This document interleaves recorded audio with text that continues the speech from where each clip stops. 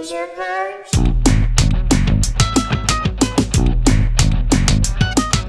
Binge or Purge? Binge or Purge?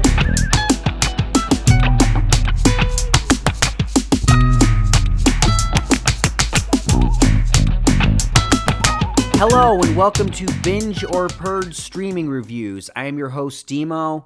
My co-host is Joe Taylor. This is episode 40. Dang, man, we're racking them up. Yahoo. Joe, what's this on the table here? I wanted to show you that. That came in the mail. This is it looks like a Neiman Marcus catalog. It's a 3/4 of an inch thick. This is a big magazine. It's like the equivalent of 3 magazines stacked on top of each other, and it's from, as far as I can tell, Netflix. And I got it in the mail. Why? I have no idea. It's called Q. As in, put stuff in your Netflix queue. Right. And then as I look through this, I'm noticing there's no publisher or anything on it. Just says, Q is a place for the diverse Netflix family to share their stories in print. It's a giant ad. Yeah. These are some of the interviews in this episode, or episode. What's it called? A magazine, an issue. Yeah. Does anyone even know what it's called in print anymore? Some of the interviews, Noah Baumbach, Helena Bonham Carter, Millie Bobby Brown, Robert De Niro, Bill Gates, Scarlett Johansson, Al Pacino, Aaron Paul, Joe Pesci, Martin Scorsese, Anybody that's Murphy. got, it's everyone, something on Netflix right now. Yeah, Joel Edgerton. Everyone who's on Netflix. So I'm wondering what they're going to do in their next issue. Because they've used, Well, this says winter 2020, so I wonder if this is a quarterly. I think there's going to be like a spring, summer, fall. I would think so, yeah. I wonder how you got this and I didn't. Well, I'm a little jealous. You probably used someone else's Netflix password. I use my own.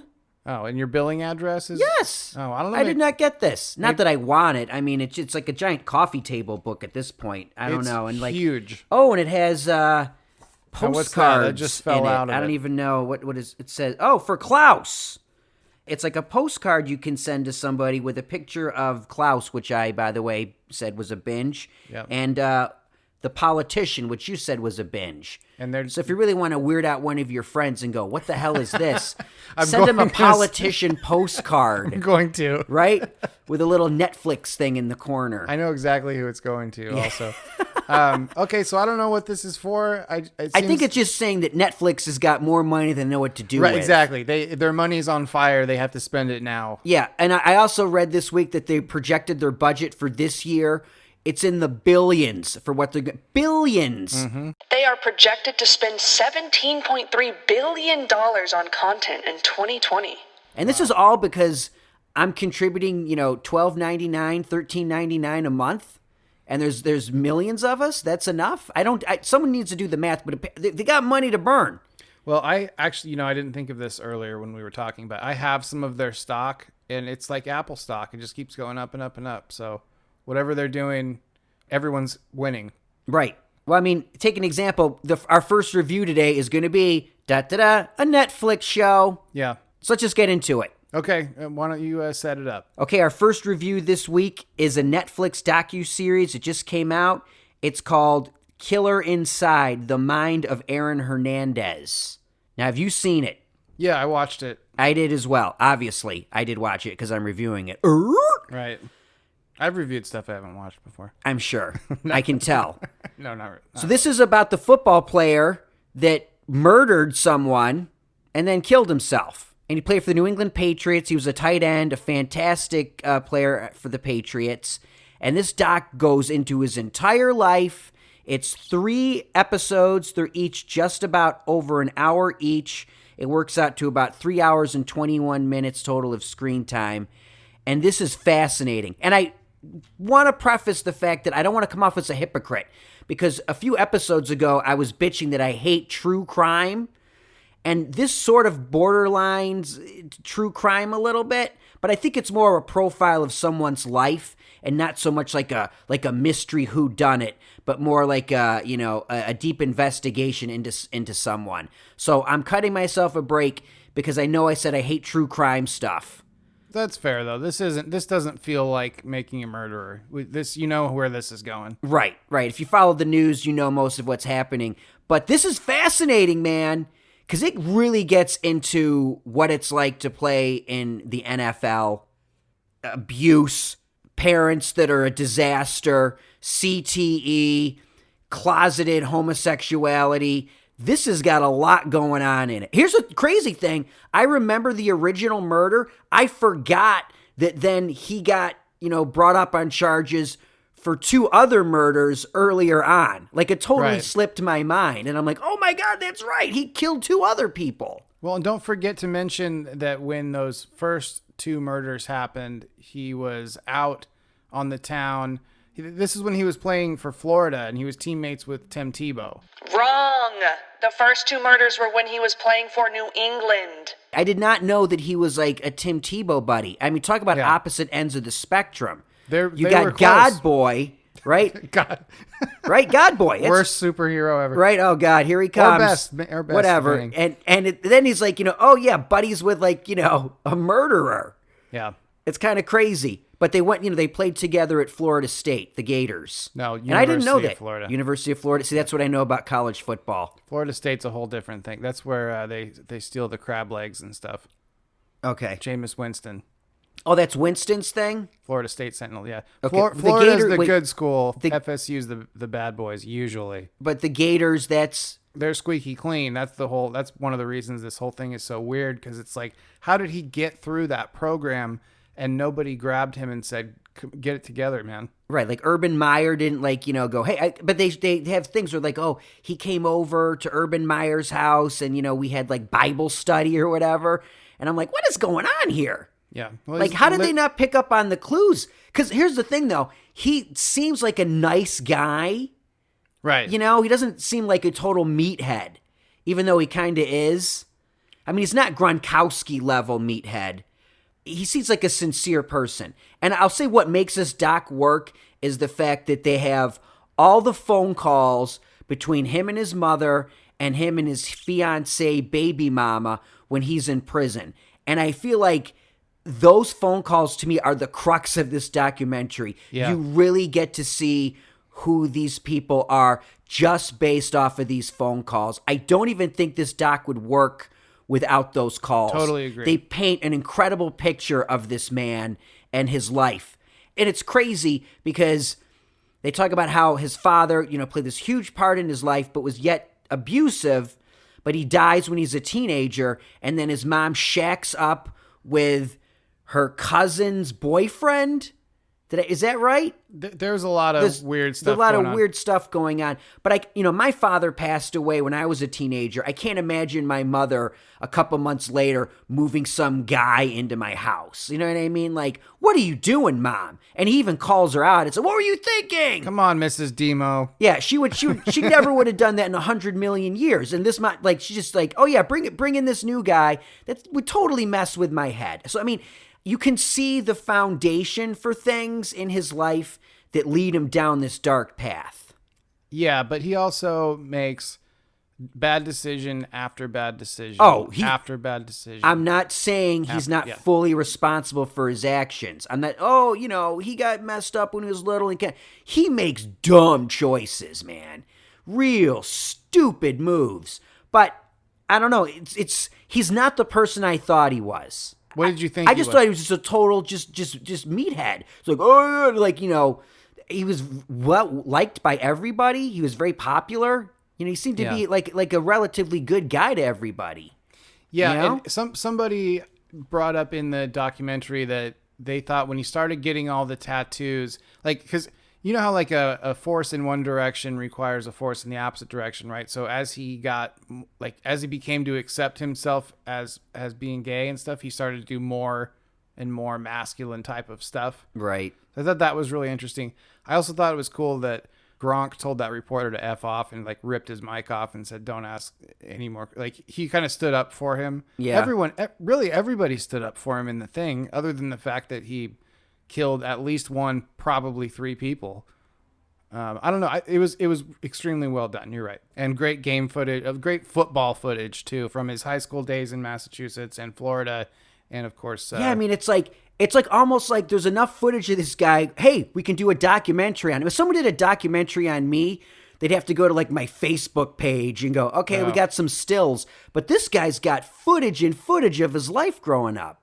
yeah. Yeah? Well, tremendous talent, and this is a really sad story. The documentary itself, I think, is you say first. Well, it's definitely a binge. Yeah, agreed. Yes, Binge, Killer Inside the Mind of Aaron Hernandez, docuseries right now on Netflix.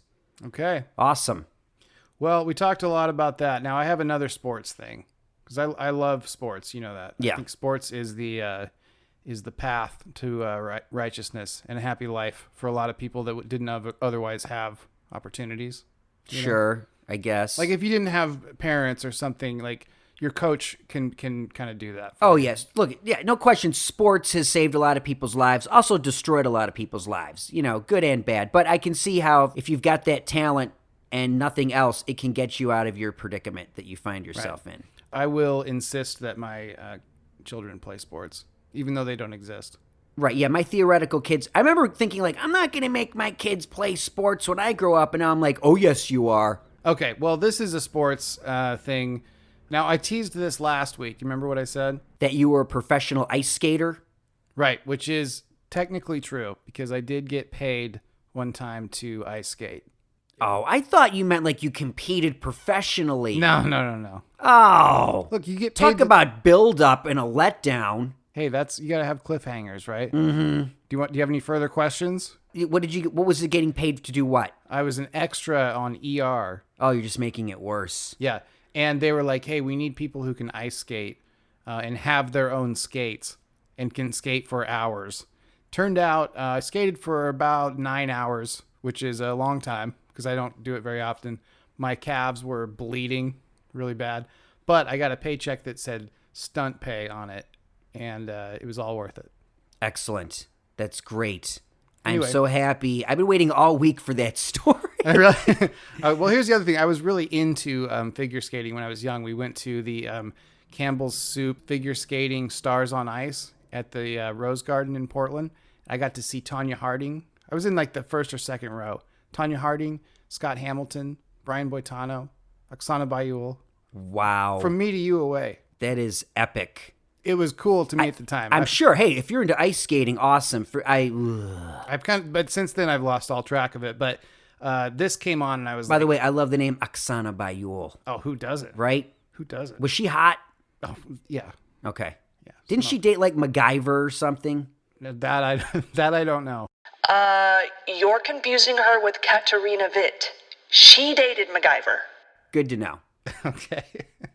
Anyway, so this is a show called Spinning Out. It's about 48 minutes per episode. I'm pretty sure they made this for TV and it didn't go. This is a Lifetime series if there ever was one. But what's it on? It's on Netflix. Okay. Like everything. Well, let me look in the magazine here and make sure. Oh, there's probably something about it. I'm sure there is. So there's 10 episodes. Like I said, they're short enough that it was made for TV, I'm sure.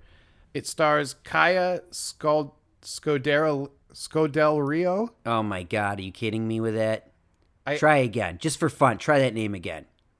Kaya Scodell Rio. Okay, good. That's phonetical. Okay. January Jones. Try that name again. January Jones. Okay, you got it. What did I say the first I'm time? just kidding. like, what am I having a stroke? From Mad Men and other stuff. Willow Shields plays the younger sister. So this is like an alcoholic mom with two daughters. One of them ages out of figure skating. The other one's just coming into it. It gets into some kind of predatory type coach figures. It gets into the older daughter wanting to get back in and make the Olympics and working in a restaurant for these rich people. It's very deep, like not deep. It's very layered, surprisingly, for what this is. Okay, so do you remember that movie, The Cutting Edge? Yeah. With was DB Sweeney? No. DB Sweeney. Yeah. Yep. Who was the girl? I forgot. Moira Kelly. Wow. Okay. I only know that because my friend's best friend is her brother. If that makes any sense. Okay. Yeah, because I was at his wedding. He goes, "This is so-and-so Kelly." "Oh, yeah, Moira Kelly's my sister." I went, "Oh, okay, cool." Cutting Edge. Yeah, that's it. Yeah, did you like Cutting Edge? I never saw it. Oh, serious? Yeah. I feel like it was on TV constantly. It's one of those things where I was like, okay, that's that ice skating movie with D.B. Sweeney. Pass. He was a hockey player and she was a figure skater and they paired up. If you liked that movie, which I did, Okay. I think most people did, People seem to like it. then you'll like this if you want to spend 8.5 hours on a series. 8.5 hours worth? I Okay, mean, cool. it's 10 episodes. All right. I'm going to give it a binge. Cool. Understand what it is. It's very upfront about what it is. It's a Lifetime series. They should have just called it Cutting Edge, a Lifetime adapted series, because that's kind of what it is. All right. But it's good. It's well done, and the actors are good and everything. So Cool. Real quick about January Jones. okay. A million years ago, me and my buddy were at the Whitset golf course there in Studio City. Everyone's played there, right? It's like, they got the 3-par. Yeah. Right? And there was this Par couple 3, in but yeah. front of us that were having this massive fight, right? and the guy was wearing overalls. On a and golf course. on a golf course. I mean, they looked like white trash. They seemed like right off the bus from Oklahoma. And they were fighting like you would not believe. The guy, he starts throwing one of his clubs, and we're like, what is going on here? And it was Ashton Kutcher and January Jones. Oh, stop it. Yeah. I knew the second part was going to be. January. I recognized Ashton Kutcher because I was like, oh, that's that guy. And like, oh, yeah. I don't know who the blonde is. Only later to figure out, years later, it was January Jones because they had been dating at the time. So I did the math, the dates, and figured out that was her. Well, So I watched them have I watched the end of their relationship, really. I think that was the breakup, was that golf game they had, because they were furious with each other. And I'm thinking, why are you two even golfing? Why are you two together? You clearly don't even like each other. Well, to be fair, golf is a very frustrating sport. Not the way I play, man. Probably not. Okay. Anyway, that's my January Jones, Ashton Kutcher story. That's pretty good. I never heard that. All right, moving on. Moving on, we got something from our one of our first sponsors. Yes, we do. Let's take a moment to thank our sponsor, Eyeways Affordable Eyewear. Quality, complete eyeglasses starting at $59 complete. Prescription sunglasses, reading glasses, and a new computer eyewear line called Screen Ease. I need some of those. I have some. They're cool. Eyeways was founded by, and here's the word that I can't read right. I So know, you're going to that's say it. Okay, you try first, though, like 6 or 7 times. Ophthalmologist. Ophthalmologist, yeah. Ophthalmologist. Close enough. Close enough. Eye doctor. Eye doctor. Great. He knows things. And all orders are dispensed by a licensed optician. This is a healthcare company, not a trendy millennial startup that sends you crap product that might not even be right for your prescription. When it comes to your vision, don't trust anyone who's not a doctor. Just don't do it. I mean, seriously, that's legit. I know that this is copy, but that's good advice. You just buy crap from China instead of something that you would normally get at your eye doctor. Right. If it's to do with your health, go to a doctor, right? And your eyes are your health. Yeah. So check out eyeways.com and use promo code BingerPurge for $5 off your first order. Once again, that's for Eyeways. We love you guys. Thank you so much for the support. Eyeways.com. There you go. Awesome. Let's recap real quick. We have one last thing, but we talked about the Aaron Hernandez doc. We talked about Spinning Out. Both of them we said binge. Both on Netflix, both binges. Now, do you think that has anything to do with the fact that they send us free magazines and stuff? Absolutely. I mean, Yeah. I wouldn't have reviewed any of this today if I hadn't perused it in this magazine. Oh, I can be bought. It's just the complete influence over everything that I do now. Q Magazine, changing my life. Yeah, thanks Q Magazine and eyeways.com. All right, so you got one more thing, and then let's talk about the Oscars before we go. Well, this has to do with the Oscars. Perfect transition. Yes. Now, the nominations came out. We all know what they are. I want to focus on animated feature because guess what? Klaus, that I raved about, said it was a major binge on our Christmas special, got nominated for Best Animated Feature. That doesn't surprise me that you picked something that was nominated. Well, thank you. Thank you. I was surprised. I was like, Klaus, great. I mean, there's a lot of animation out there. And I mean, like How to Train Your Dragon 18 got in, huh? I'm like, I don't know. But Klaus, that was a nice surprise. And then also on that list was a French film called I Lost My Body. Is it in French? It's in French, and it's streaming now on Netflix. It won some prize at Cannes. I can't remember the name of it. The Nespresso something or other. The Palme d'Or? No, not the Palme d'Or, but something else. It was the first time an animated movie had won this award. But I'm like, but it's the Nespresso something or other. Oh, you weren't? I thought you were making that up. No, it's like Nespresso sponsored it. It won the Nespresso Grand Prize, which is part of the International Critics Week section at Cannes. So I was like, all right, I'll check it out. Also, a good listener of ours in Australia, Derek, he recommended that we watch it as well. So I did. It's 1 hour and 21 minutes. And, oh man, I hate it when I'm wrong. And I'm wrong about this because it just didn't do anything for me. I thought it was kind of boring. It's artsy. You're telling me that a French cartoon with subtitles was boring and artsy? I knew going in it was going to be, I'll sum it up real quick. The Addams Family. Go with me on this. Yes, the Addams Family. Thing. Yep. The hand. Yes. That walks around. Yeah. It's like, you know it. Yes. That's what this movie is. 90% of it is a hand trying to get back to its body. Hence the title, I Lost My Body. Oh, like Wall-E, but a hand. Kind of. It's the, the animal that's been separated from its home and it's trying to get home. Yeah. This is the hand that got separated from the rest of its body that's trying to get back to its body. It's Milo and Otis, except for a dog and a cat, it's a hand. Yes. I should have a job pitching movies. Right, you I do can way pitch better anything. than me. That's it. And then it has the it's all done when flashback of the person, this 20-something kid, maybe a little younger, and what leads up to him losing his hand. And it's very sweet, and it's hand-drawn animation. It's beautiful to look at. Is it a crowd pleaser? I don't think so. It's a very quiet movie. This is, like I said, a French art movie. But animated. You can watch it with American voiceovers, Dove Patel and Aaliyah Shawkat. I can never say her name right. It sounds right. From Arrested Development. Yeah, you know her. She's a great actress. Yeah. They do the American dub of it. And I started with that, and I was like, no. And I switched to the original French with the subtitles because I'm a purist like that. For a cartoon.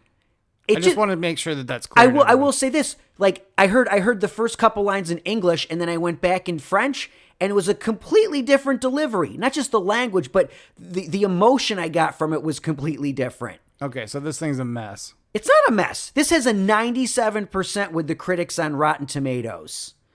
I mean, there's a reason why it got nominated for an Academy Award.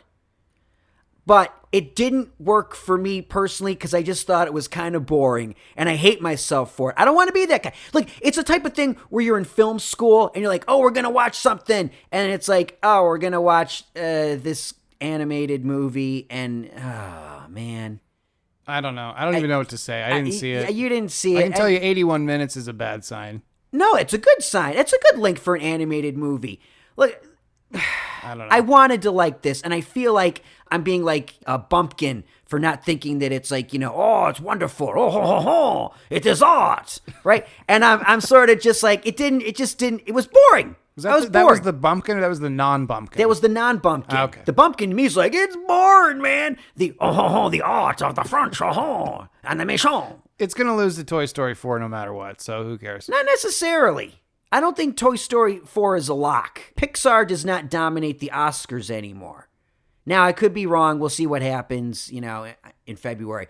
But for me, I'm going to have to say I Lost My Body is a purge because it just didn't grab me. Like I said, if you're into the art scene and, cool animation, yes. But this is no Love, Death, and Robots. I'll tell you that. Oh, here we go. I know, right? I mean, Love, Death, and Robots is the zenith of like, woohoo, awesome. This is not that. This is heartfelt, and maybe I'm just a cold-hearted bastard. All right, man. I'm tired. I'm ready to go home. Binge or Purge podcast at gmail.com. Let us know what you think we should watch. Facebook /Binge or Purge. Twitter @Binge or Purge. Instagram @Binge or Purge podcast. Or come over. Yeah, come on over. We'll watch something together. Force us. Pull our eyelids back and force us to watch what you want us to watch. Yeah, that feels like some of these things we've reviewed have felt like that. Thanks, Netflix, for the free Neiman Marcus catalog. And I don't know why I got that. Nobody else I know. I didn't get it. You I don't got actually it. no one I know has gotten it. And everyone I know has Netflix, so. But they got the money. Why doesn't everyone have this? Well, send me a check then instead of a freaking, I don't need an interview with Noah Baumbach about where his ideas come from. Get off my lawn. All right, go ahead. All right. As always, we want to thank Just the Facts. You can follow Just the Facts on Instagram and Twitter at the Jessica Greer. And that's it for this week. For Joe Taylor, my name is Dimo. This has been Binge or Purge Streaming Reviews. Thanks for listening, and we'll see you next time.